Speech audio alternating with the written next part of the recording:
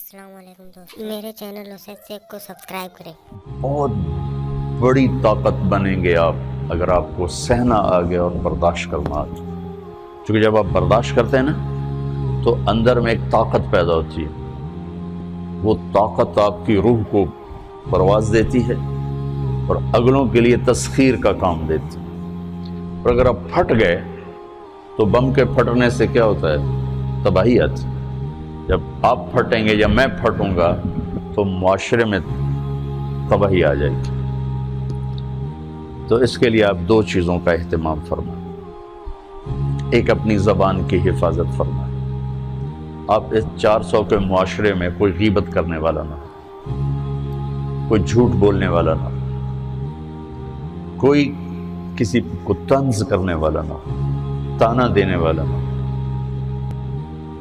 ایسی بات جو کسی کے دل پہ جا کے چوٹ مارے، اس سے آپ اپنی زبان کو صاف کر لیں۔ کبھی اس پہ قابو پا سکیں گے، کبھی نہیں، کبھی رہ جائے گا، کبھی ہو جائے گا۔ تو جب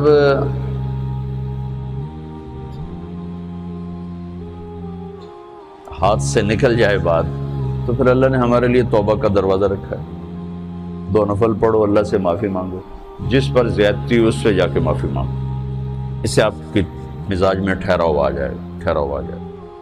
تو میں آپ سب سے یہ گزارش کرتا ہوں کہ اس معاشرے میں آپ اپنی زبان پہ قابو پانا سیکھیں۔ برائے میرا بہت فائدہ ہوگا۔ ایک زندگی گزری ہے، شام قریب ہے، تو پوری زندگی کے تجارب نچوڑ بھی اس میں شامل ہیں، اور تجارب نچوڑ کو گولی مارو اور دیوار پہ ڈال دو۔ میرے نبی کا فرمان اس کے لیے کافی ہے کہ آپ نے فرمایا کہ 2 چیزوں کی ضمانت دے دو، میں جنت کی ضمانت دیتا ہوں۔ ایک تمہارے جو 2 جبڑوں کے درمیان ہے، ایک تمہاری 2 ٹانگوں کے درمیان ہے، اسے پاک کر لو، میں جنت کا ضامن بن جاتا ہوں۔ اور معاذ بن جبل سے فرمایا کہ تمہیں پورے دین کا نچوڑ بتاؤں؟ کہ جی کیا؟ تو آپ نے اس حدیث کو میں نے پتہ نہیں ہزاروں لاکھوں دفعہ بیان کر دیا ہے، اور ہر دفعہ بیان کیا ہے کہ اچھا یہ ایسے کر کے کیوں فرمایا؟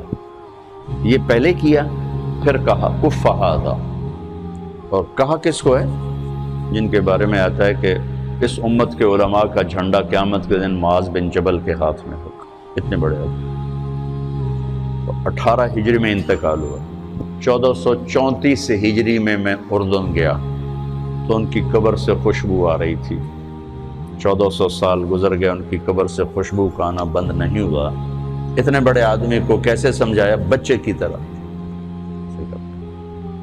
کہ معاذ اس زبان کے قابو۔ تو آپ سب کو، اپنے آپ کو بھی کہتے ہیں،